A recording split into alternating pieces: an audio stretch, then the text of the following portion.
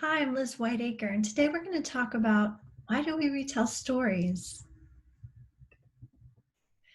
This week's objectives in the course are thinking about why writers revision other people's ideas. Why do we tell stories that we've told for centuries? What's up with that? We're also going to think about different types of modes and genres, and also the writing process.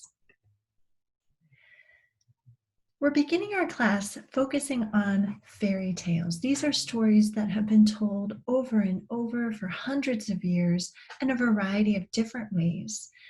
When we think about revisioning or taking something that exists and making it uniquely ours by making significant changes to it, we can reap a lot of rewards. We can create something that feels very new, and we can pay honor and homage, if you will, to what we know from our history, shared culture, and the past.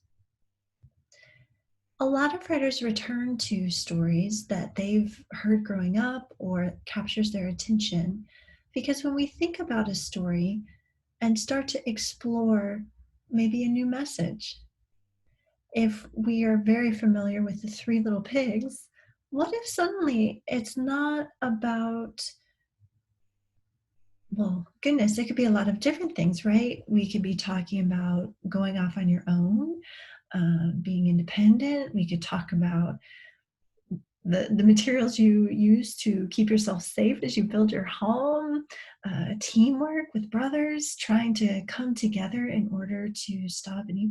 There are a lot of different messages we can take from that story. So sometimes writers will see a message that might be underlined, that might not be addressed by the original author, or even instances where, well, if we take that concern or that character, that issue, and put it in this different place, or have that person face some different challenges, then maybe we can learn something different from that. So that can be a reason why people retell stories. It can be really exciting to think about how something old can teach us something new.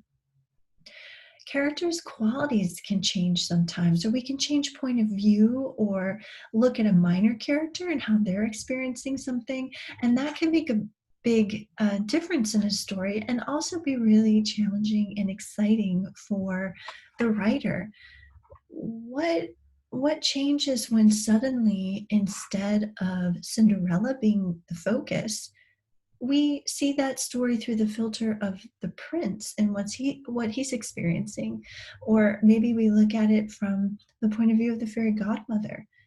Does something change? That's a great question that you're going to explore this term. When the crisis, decision making, essentially the plot, are changed or maybe adapted, we could have our characters making the same choices, but rather than leaving a shoe behind in the case of Cinderella, what if a cell phone is left behind? How do those things change the story? And also the environment can make a big difference. If you take a look at the pictures on the screen right over here, these were all different covers of books I saw at the bookstore the last time I was at the bookstore. There are a lot of writers who are returning to fairy tales and making great livings, writing really interesting stories. This one right here, Cinder, is a series that I listened to on audiobook with my daughter and husband last year. And in this particular revisioning of Cinderella, it's a cyborg in the future. No spoilers here. You're going to have to check it out. But just that change, changing the environment, changing the physicality of the main character, and then changing some of the different moments of crisis and decisions she has to make. Really interesting story. I really enjoyed it. We can take stories we know and also start to think about them in different modes and genres. So let's consider a lot of recent events, if we will. There was a playlist I found online, and you can visit this yourself, where all of these songs are takes on fairy tale stories. And I thought that that was really interesting. And there are others as well that you can find and take a look at. Movies, a lot of movies will be based on fairy tales, and not just necessarily obvious ones. Like here, topping the list, we've got Beauty and the Beast and Beauty and the Beast, but we have something called Beastly that is loosely based on the original story. But we have New York teen who's transformed into a hideous monster in order to find true love. I haven't seen it. I I usually like a few more stars. I don't have a lot of time to watch shows. Snow White and the Huntsman, we have a take on the Snow White story, but the focus is on the huntsman in that particular movie, the Snow Queen, right? So as we're going through, we're seeing all of these different revisionings of past tales. Sometimes they are uh, very close in following the original tale. And other times you might have to be, oh, whoa, wait, is that this? Right? It's a little bit hidden unless you make that connection or someone tells you, oh, that's a retelling of such and so. It can be hard to even determine. That's where the origins start. And then, of course, there are books. We've got short stories, right? We have so many different types of media that are using fairy tales as touchstones. So once you start paying attention to the influence of fairy tales on our modern culture and a lot of the different things we really enjoy, you'll be pretty surprised, I think, at how much is out there. Fairy tales are not a dead art, they are alive and well. And so if you enjoy this first assignment, you will hopefully come back to writing fairy tales in the future. And you'll even see in our lessons that there are a lot of magazines that are still publishing modern fairy tales. And then we have modes, right? The delivery types. How are we getting this to people? Is it live theater? Right? Is it streaming video? Is it on text? Is it a book, something we're holding in our hands? Are people reading this on their phone screens? Are they engaging with it through the computers? Are they listening to it on their Alexa? And then we have genres. Genre is essentially category. In this course, we're going to talk about genre in terms of three major categories or types of creative writing. We have fiction. Those are our stories, novels, movies, things that are just made up out of the imagination. We have creative nonfiction.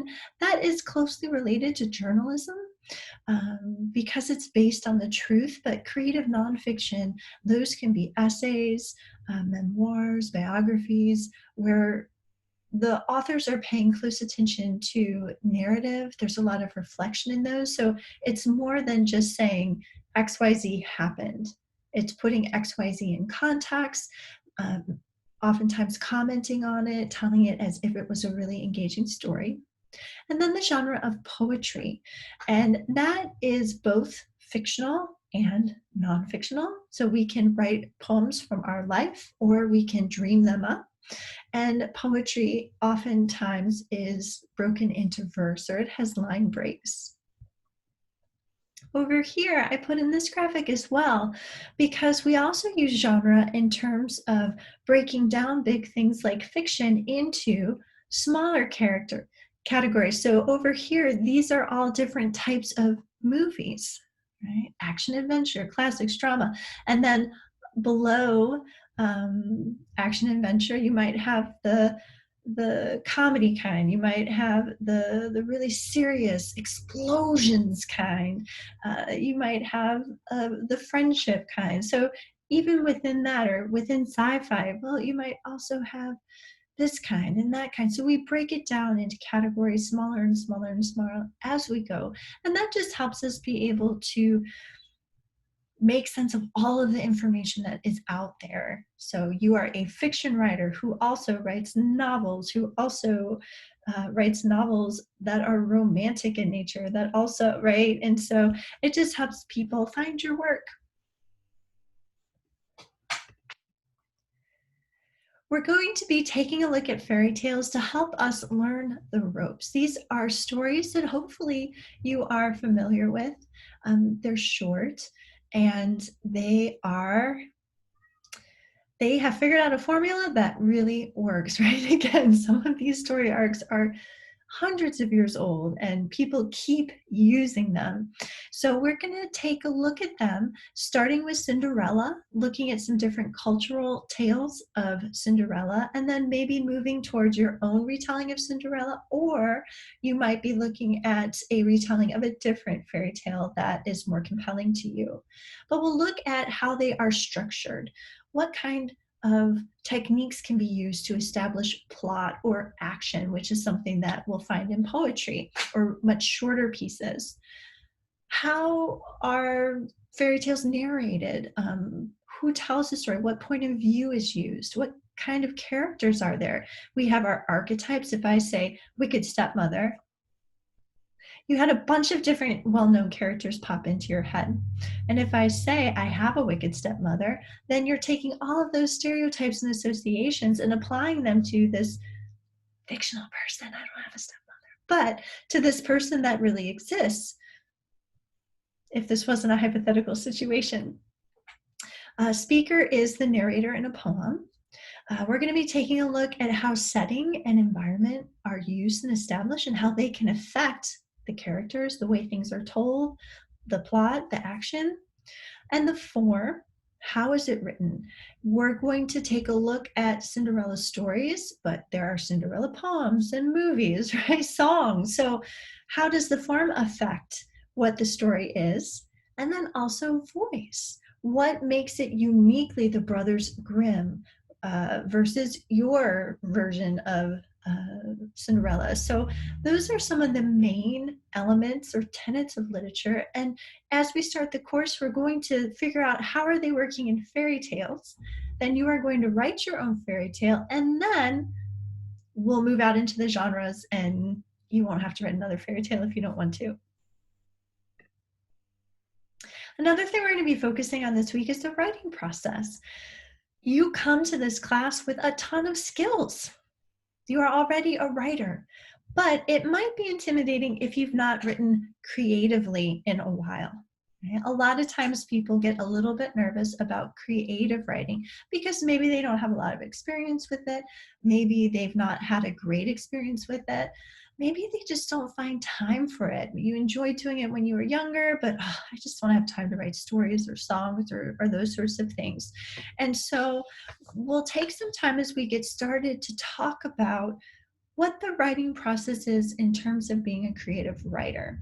So if you look over here, right, we have pre-writing. That's coming up with ideas. What are you going to write about? You already do that for all of your academic writing.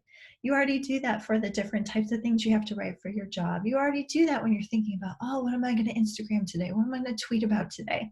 Right? So pre-writing, same thing here. You're going to be thinking about what are different ways I can come up with the story, the poem, the essay that I want to write about. We will also talk about the drafting stage. That's the writing, right?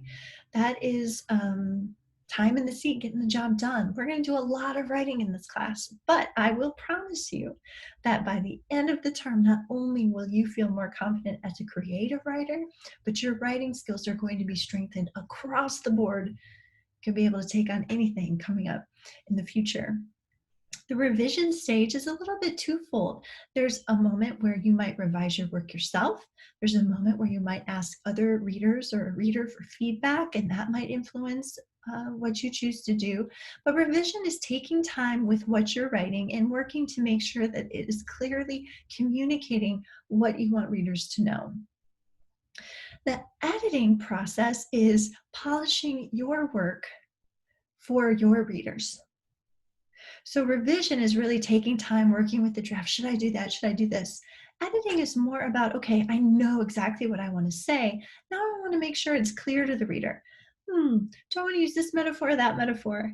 Huh, that's a really long sentence. Should I break that up into two? Right? So those types of kind of surface issues to make sure it's ready to go. And then publication or sharing your work with other people. That's something that we'll talk about this term as well. And you're going to have lots of opportunities to share your work with other people besides people in this class if you're interested. Tips for your writing process this term. I cannot stress this enough. Time management, right? If you start a story 30 minutes before it's due, you will stress yourself out. You will find yourself hitting the wall and having something we all like to call writer's block, right? I don't know what to do. You might not have enough time to write the story that you really need to write, right? So make sure that you give yourself time. Take time several times during the week, right? Have your time where you sit down and read our textbook and go through SkyPack and make sure that you're kind of thinking about all of those ideas, that you're participating in the pre-writing, pre-thinking. We've got some practice questions. There's going to be a response. There's going to be a writing prompt. All of that is serving to generate ideas and practicing skills so that you're successful in our major projects due each week. So give yourself time. Be checking in several times during the week, and don't start things right before the deadline. You can always, always submit something early when you're ready. So no worries about that. Develop good habits, right? And by that I mean think about how you are going to mentally and emotionally prepare for and engage with writing. Think about the time of day when you're writing. Think about where you're writing. Right? Do you have a space that is quiet? Or maybe you need music, or maybe you need, I don't know, somebody you're living with making a lot of noise. So find what works for you. I have found on YouTube there are some coffee shop sounds. So if you used to write in coffee shops, so you like that, you can put on the soundtrack while you're trying to write at home. um, and think about your space. Think about what you like to write on. You are welcome to, if you work better with doing a handwritten draft, you can handwrite first and then type up to submit. If you are someone who gets really involved with making revisions, you're like, I love it. It's brand new. Save. And then the next day you're like, why did I change that? Maybe you want to save a new draft as like draft number 2. So you have a preserved draft 1 and then your new draft, right? So if you know that about yourself, that's something that you can do. So think about, what your process is as we begin. And if something's not effective, if you have writer's block every single week, check in with me, maybe like week 2. We can talk about it. There are lots of different ways to get yourself going and finding different habits that are going to get great results. Take risks. That's another important one. I appreciate that you don't know me and you don't know well the students who are going to be reading your work in the class yet. But I do hope that as you come up with different assignments like personal essays, poems, stories, that you think about things that you really care about and write about them. And if you ever have a concern about something being too personal, or maybe writing something that might make other people uncomfortable. For example, I had a student last term who wrote about her baby being stillborn, and she was very mindful that that could upset her peer review group. And so I can help you negotiate that process. But give yourself time to explore some different topics if you feel compelled to write about them. And also know that sometimes when you're writing about topics, you might have a lot of feelings, and those feels might not always be awesome, and that's okay. We have a great counseling service here at UIndy. I'm happy to chat with you as well. But you might get started writing something, and it's okay just to let it sit and just preserve it for you and not share it, and maybe do something else for that short writing activity or prompt. Sometimes we put a lot of our pressure on ourselves that, oh, I need to write about this because this is awesome and fascinating, but we might not be ready to do that yet. Maybe you just ended a relationship with someone for chance, and that might not be something you can write about for years, right? So I say take risks. You should write about things that interest you, that you care about, because those are going to become really great pieces. But it's also important that you are mindful of your personal health, mental health, and privacy too. So feel free to book an office hour one-on-one appointment with me, and we can always talk in Zoom if there's something you want to explore in a project but you're not quite sure. Happy to talk about that in advance. Commit to revision. Just know today nothing's going to be one and done. It does not need to be perfect. Probably you'll revise it 2, 4, 20, a million times. Some people revise books for 10 years before they get published, over and over and over again. So if you commit to revision, whatever I'm about to write, I will come back to, and I'm going to have to put more work into this. It can really take the pressure off in terms of getting a draft finished, and that idea of feeling like, oh, I'm a perfectionist. I can't. No, no, no, no, no. Right? Get it on the page and know that you have time to work with it. You get reader feedback, get advice from me, and you have time before you're going to be sharing it in your portfolio with other people. So if you've committed to revision, it can make it easier down the road, not only to give yourself permission to kind of let it go, if you will, and get the ideas on the page, and then also a commitment to coming back to those ideas and making sure that they are communicating as effectively as possible the message you want to send to your readers. It's also a good idea to listen to feedback. You're going to hear a lot of different opinions on your work during the term. They're all first reader responses, and some of it will be very helpful, some of it might not be so helpful. But if you don't listen to the feedback you're getting, sometimes you don't have the opportunity to make your piece as accessible to readers as possible, or the opportunity to personally grow as much as you can. You can always disagree with the feedback you get and decide, well, I'm not going to respond to that revision because I have reasons X, Y, and Z. But it is important to listen to what your readers are telling you. In your head, it might be perfectly clear, but maybe that vision isn't completely on the page. So if your readers got a couple more clues, they would be right there with you, for example. Also, commit to returning to polish your work. Right? Don't deadline, done, I forgot about it, right? And then pay attention 2 days before the portfolio is due. Writing takes practice. It takes time in the seat, just like exercise. If you've ever been on an athletic team, you need to put the time in as practice in order to be able to perform in competition, right? So when you're thinking about your writing, every time you sit down to read through, and this goes for all of your classes, you're reading through your work, you're engaging with it, you're making some editing decisions, you might be revising significantly. All of those little moments are going to add up to work that is very professional, work that is well received by its audience, right? The time you're putting in now might actually pay off when you have that big marketing meeting, right? Or when you're preparing that resume or cover letter, or you're building that website to promote yourself a little bit down the road. And finally, seek to share your work.